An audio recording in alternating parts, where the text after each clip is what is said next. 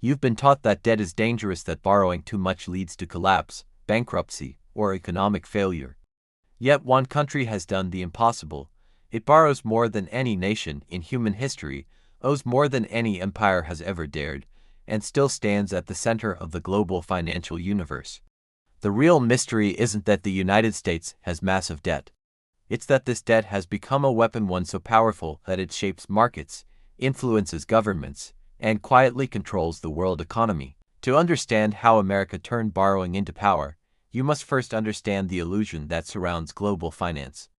Most people imagine money as something governments possess or save. But the modern U.S. system is built on something radically different: the ability to create debt, sell that debt, and then use the world's dependence on it to command influence. And the deeper you dig, the clearer it becomes that this system didn't happen by accident. It evolved through crisis, conflict, innovation, and strategic engineering. Our story begins long before the modern dollar existed, when empires fought over gold, trade routes, and physical resources. Back then, power required something tangible: land, armies, metals. But the United States would eventually build an empire not with gold, but with promises, tradable IOs called Treasury bonds. These instruments, once simple war financing tools, would become the backbone of global markets. During the Revolutionary War, the U.S. government had almost no money. So it issued its first debt, bonds sold to citizens and foreign allies. The country survived not because it had wealth, but because it could borrow. This created a blueprint that would later be perfected: use debt to fund growth, war, expansion, and influence. The U.S. discovered early that debt could create power long before it created problems.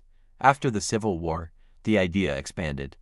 America industrialized, built railroads, developed a modern banking system, and began attracting foreign capital. Debt was no longer a temporary tool, it became a permanent engine powering national development. But the real transformation wouldn't come until the 20th century, when global crises reshaped the monetary order entirely. After World War I, European countries were broke. Their currencies collapsed, their gold supplies drained. And for the first time, the world looked to the US dollar as a stable anchor. The US realized something important: global economic turmoil created demand for American debt. This was the first time US borrowing became not a weakness, but a strategic advantage. Then came the Great Depression, a total financial meltdown. Banks failed, currencies collapsed, and unemployment soared. In response, President Franklin Roosevelt made a dramatic decision. He severed the dollar's direct link to gold.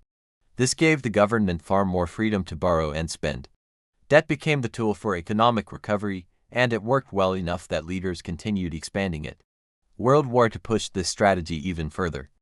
The U.S. borrowed more money than ever before to finance the war effort. But instead of collapsing afterward, America became the world's dominant economic power. The war destroyed Europe and Asia, but it made America wealthy, productive, and indispensable. In 1944, at Bretton Woods, the world made a historic decision: the U.S. dollar would become the global reserve currency. That meant international trade, foreign savings, and global banking all relied on dollars. And how were dollars created? Through U.S. debt. The weapon was now being forged. For decades, countries needed dollars to trade oil, finance development, and stabilize their economies. The U.S. supplied these dollars by issuing Treasury bonds. The more the world grew, the more dollars it needed. And the more dollars it needed, the more U.S. debt it had to buy. America's borrowing was no longer just tolerated, it was demanded. But in 1971, a breaking point arrived. Foreign countries held so many dollars that they tried exchanging them for gold. President Richard Nixon refused and ended the gold standard altogether. The dollar became pure fiat, backed not by metal, but by trust. Instead of weakening the system, this change made U.S. borrowing limitless. Debt could now grow without physical constraints. The 1980s took this even further. The Reagan administration cut taxes, increased spending, and ballooned the national debt. Critics predicted disaster. But something remarkable happened instead. Foreign countries bought even more U.S. bonds. Japan, Germany, and oil-rich nations poured money into the U.S. because they needed dollars to fuel global trade. America discovered the secret: if the world depends on your currency, it must fund your debt. You don't beg for capital, the world brings it to you. Endless borrowing became not a burden but a gravitational force pulling nations into the U.S. financial orbit. By the 1990s, the U.S. Treasury market had become the safest asset on earth. Every central bank, investment fund, and multinational corporation bought U.S. bonds to store wealth. American borrowing powered global growth. When the U.S. spent money, other countries earned it.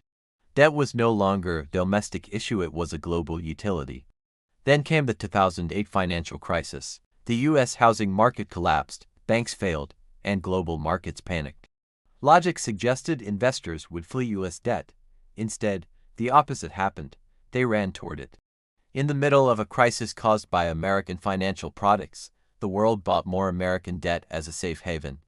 This was the moment the debt weapon revealed its full power. Even when the U.S. system broke, the world depended on it too much to let it fail. The Federal Reserve created trillions of dollars, the government borrowed trillions more, and global markets stabilized not because America was strong, but because the world had no alternative. After 2008, a new pattern emerged. Each crisis required more U.S. debt, and each surge in debt increased U.S. influence. It was a feedback loop. The worse the crisis, the more powerful U.S. borrowing became. The COVID-19 pandemic pushed the system to its extreme. The U.S. created more dollars in 1 year than in the previous decade. And once again, foreign investors bought massive amounts of Treasury bonds. Even countries criticizing America's financial behavior quietly purchased its debt. Today, the U.S. national debt is above $35 trillion. By conventional logic, this should be catastrophic, but global logic works differently. Every country needs dollars for trade, commodities, reserves, and debt payments. And the only reliable way to obtain dollars is to buy U.S. debt. America turned borrowing into a global necessity. Some countries have tried breaking away from the dollar. But attempts to create alternatives, BRICS currency, digital yuan, euro-based energy trade have all struggled. The U.S. debt system is too ingrained, too liquid, too trusted by global markets. Here's the twist. America's power doesn't come from wealth, it comes from demand. As long as the world needs U.S. dollars, the world needs U.S. debt. And as long as the world needs U.S. debt, America can borrow endlessly. This is why the U.S. military, technology dominance, global trade networks, and international banking alliances all indirectly depend on the Treasury market. Debt is the U.S. empire's foundation, not tanks, not territory, not gold. But this system has a dark side. The benefits are global, but the costs fall heavily on American citizens. Inflation erodes savings. Interest payments consume federal budgets. Asset bubbles form and burst. Wealth inequality widens. The U.S. uses debt to control the world, but ordinary Americans often pay the price at home. The breaking point is not a single crisis, it's a loss of trust. If global investors ever decide U.S. debt is no longer the safest asset, the entire system could unravel. That scenario isn't imminent, but it's not impossible. History shows all financial empires eventually weaken not through invasion, but through overconfidence. The U.S. debt weapon is powerful, but it requires constant demand, continuous trust, and global dependence. Yet for now, the weapon remains unmatched. No country issues safer bonds. No currency is more widely used. No financial market is as liquid. The U.S. can borrow endlessly because the world has no choice but to keep the machine running. Today's global economy is built on three hidden pillars: the dollar, the Treasury market, and the Federal Reserve. Together, they form a self-reinforcing loop that allows the U.S. to project influence without military force. Takeaway: U.S. debt is a global utility. Countries need dollars like oxygen, so they buy American bonds no matter what. Takeaway: crises strengthen U.S. borrowing power. Every collapse pushes countries deeper into the dollar system. Takeaway: the debt weapon has a domestic cost. Americans face inflation, inequality, and rising instability as the system expands. If you want to understand how modern power works, you must follow the debt, not the money. And if you want more deep dives into the hidden machinery behind the financial world, subscribe, share this video, and help others see the invisible system shaping their lives.